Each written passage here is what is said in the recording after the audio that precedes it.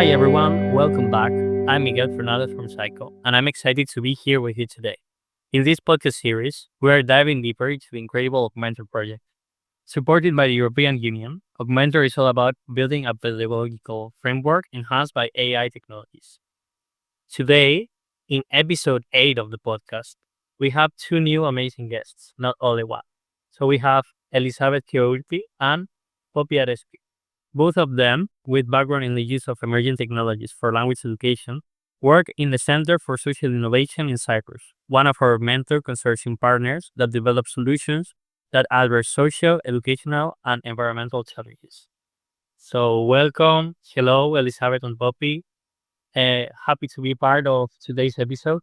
Thank you so much, Miguel, for having us at your podcast. We're really glad to be here and excited to share more about how we're using AI to improve education through our project, which is called augMENTOR.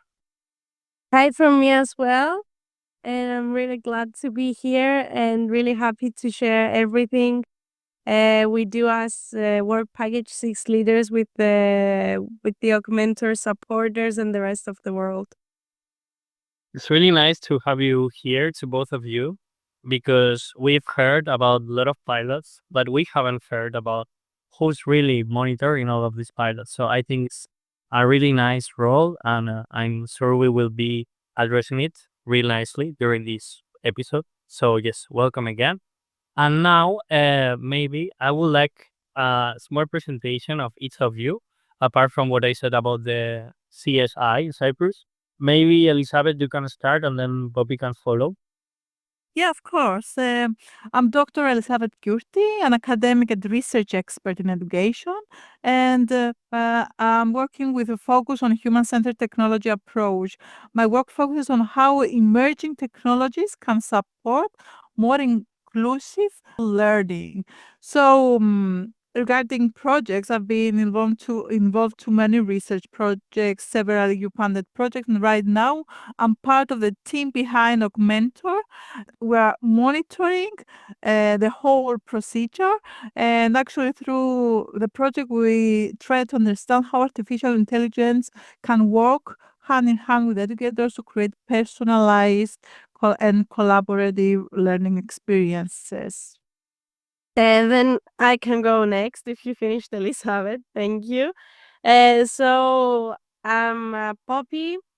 When it comes to my academic and professional background, I have a bachelor's degree in language learning and a master's degree in educational technology, computer assisted language learning more specifically. And for the past 3.5 years almost, I've been actively involved in EU funded projects that are mostly related to digital education, intercultural communication, and community empowerment. I have experience with EU projects here in Cyprus and in France. And I'm currently working at CSI, Center for Social Innovation. And I was really glad that I took the opportunity to be part of the augMENTOR Horizon project. Okay, thank you so much for your presentation. I would like to know what is the main role, because even when we know you are monitoring the pilots, we don't really know what's behind all this work. So maybe Poppy, you could answer this.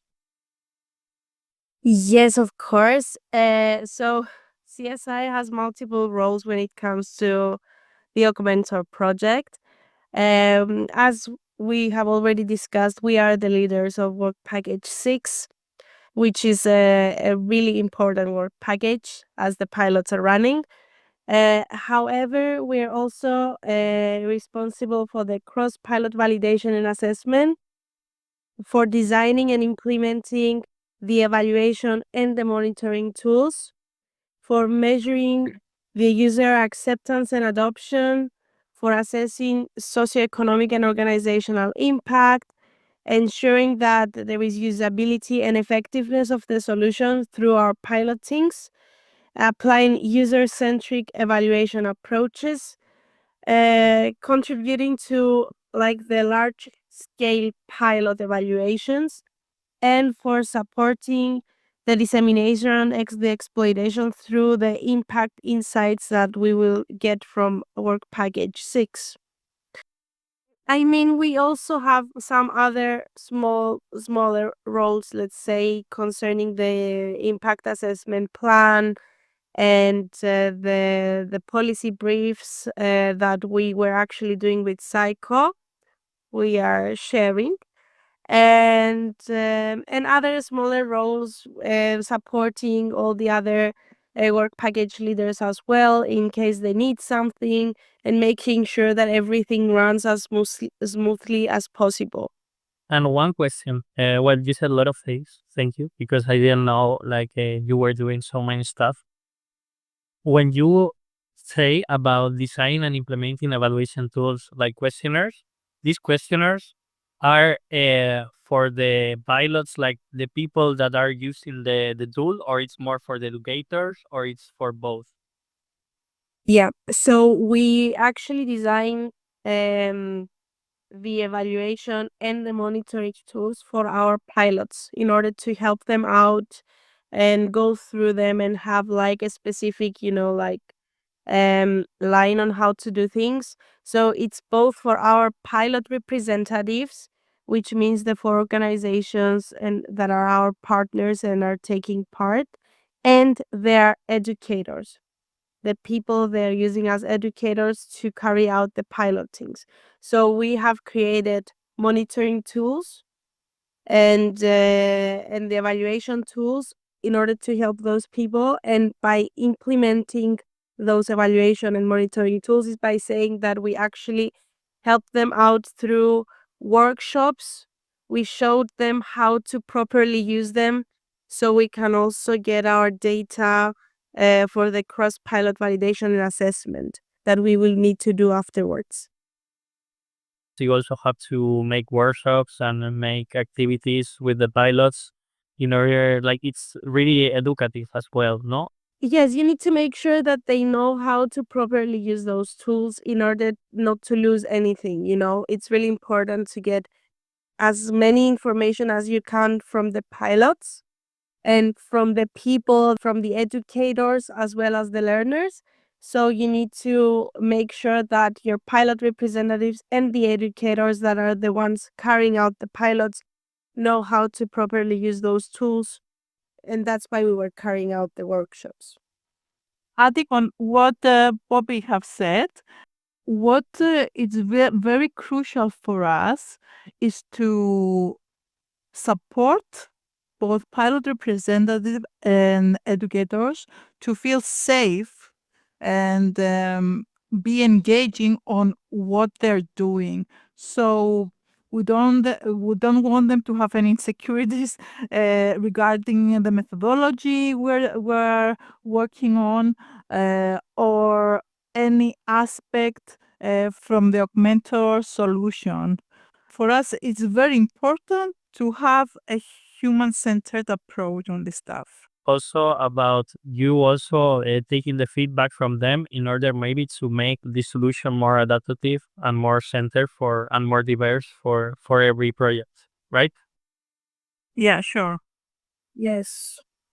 I think this can be also a hard challenge in the end because we work with different centers in many different institutions. So I would like to know if there were any big challenges that you had to face with the pilots, and what did you do to overcome them? And maybe, Poppy, you can also answer this. Yes, thank you. So there are some big challenges that we faced and we are facing as the pilot goes on. But of course, with the great communication and organization, and we're a great team, so we overcome anything that comes in our way.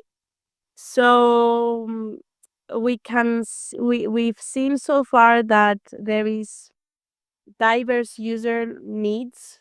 So that's why we had to make sure that the monitoring tools we were using and the evaluation tools were customized and were user friendly, as Elisavet previously stated, so that we can help out our pilot representatives and the educators to fill in the questionnaires or anything else we needed.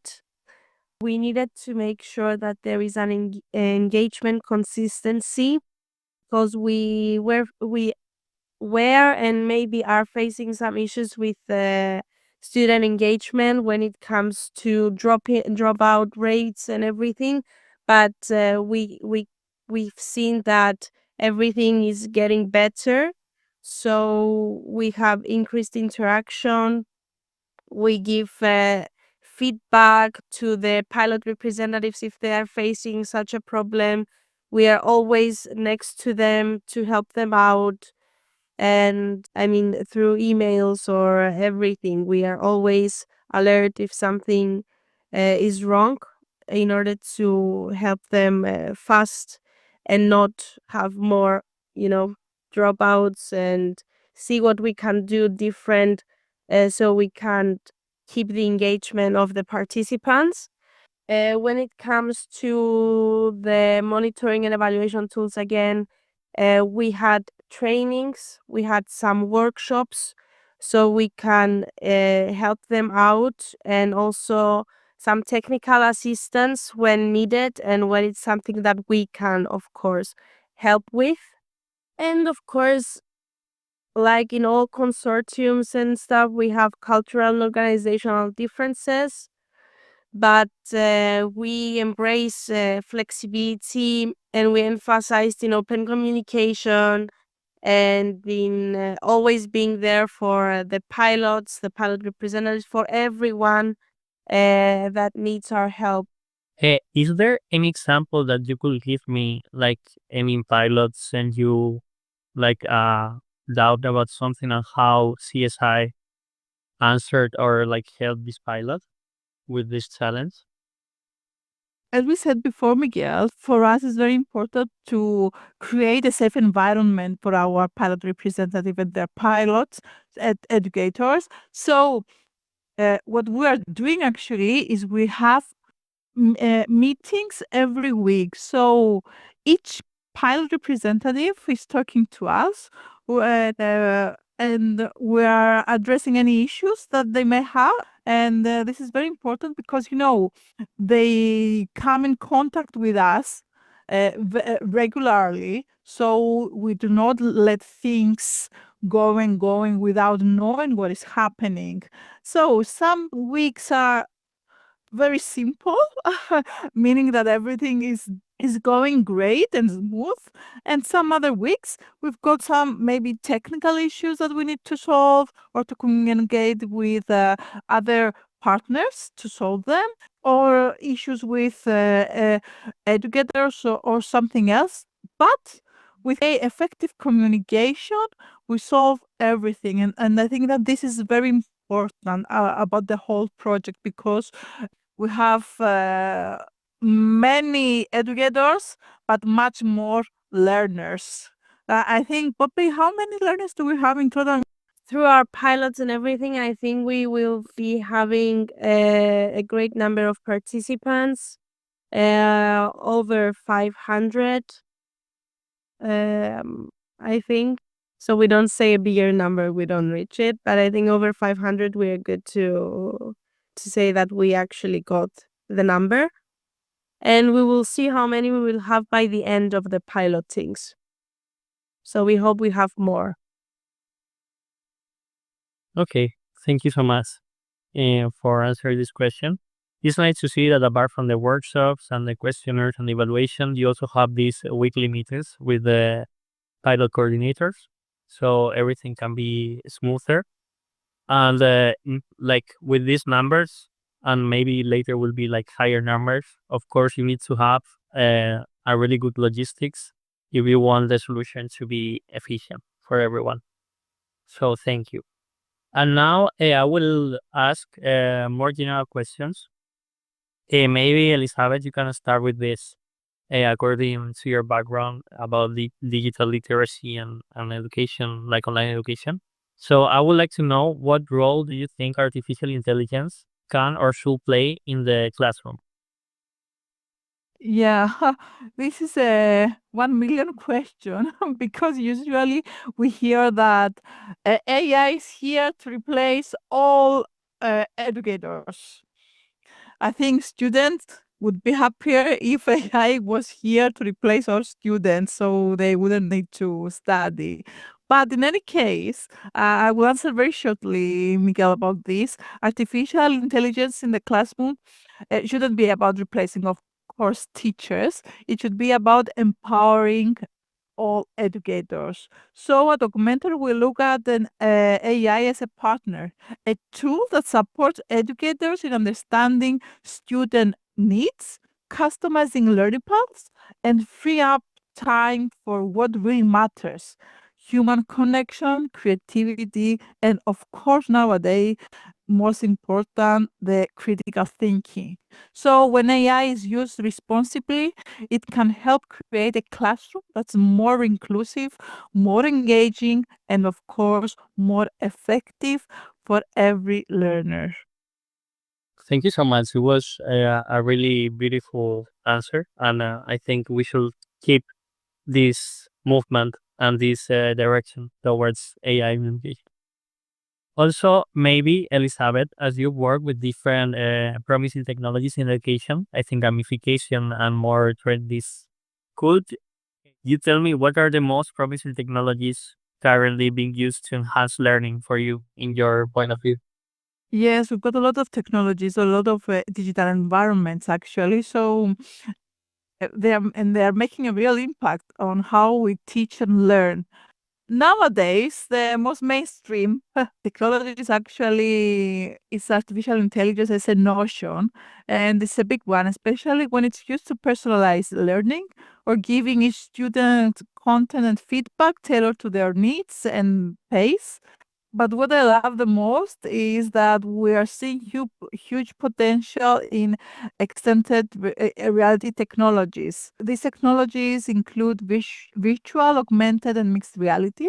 These tools create immersive environments, and learners can explore complex ideas through hands-on interactive experiences. So, Miguel, imagine learning about ancient Greek history or Spanish history by walking through it in a virtual reality.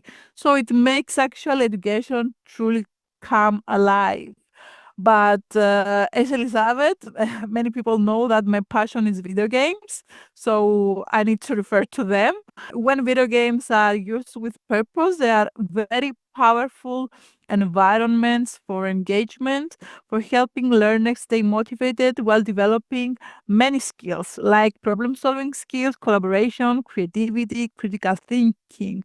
So these technologies, as I said before, they're not here to replace anyone.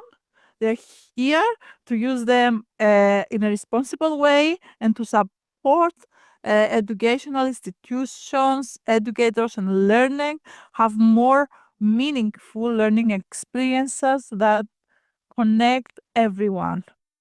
So yeah, in base of what you said, I see that you really focus in students to be motivated. And for sure, I think like if I was learning, for example, about a bacteria and you can see the bacteria inside by yourself, it would be so much interesting, like with extended reality. And also gamification, it's really, really, really a good trend, I think also. And indeed, we are applying it on the mentor projects in some pilots. So this is really nice. Okay, now, as we're running out of time, I would like to go through the last part of the interview.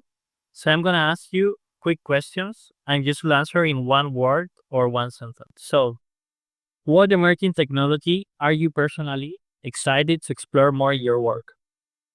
I'm really fascinated in artificial intelligence because also my background back in 2007, it was computational linguistics in a time where no one was interested about artificial intelligence.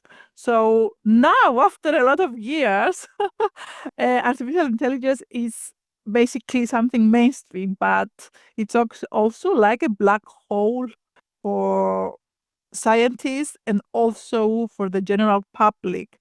And for me, it's really important to explore more how artificial intelligence can be explainable and how it could support ethical and transparent decision making in education. Is there a specific digital tool or platform you've seen making a real difference in learners' lives? augMENTOR solution will. What do you think is the most rewarding outcome for participants after using the augmented solution? Developing future-ready competencies through a personalized inclusive learning process. What advice would you give to educators afraid of using new technologies? Focus on critical pedagogy first, and the rest will come. How can we encourage educational institutions to adopt the augmented solution? I would say by demonstrating measurable impact. What aspects should be given more attention when evaluating a project? The educator and learners' engagement and outcomes. What are the key characteristics a good supervisor should have?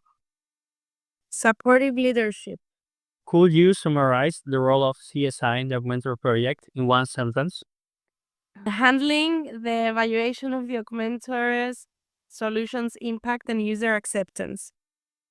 Before we wrap up, is something really brief you would like to share with our audience? Or you feel you said everything you wanted?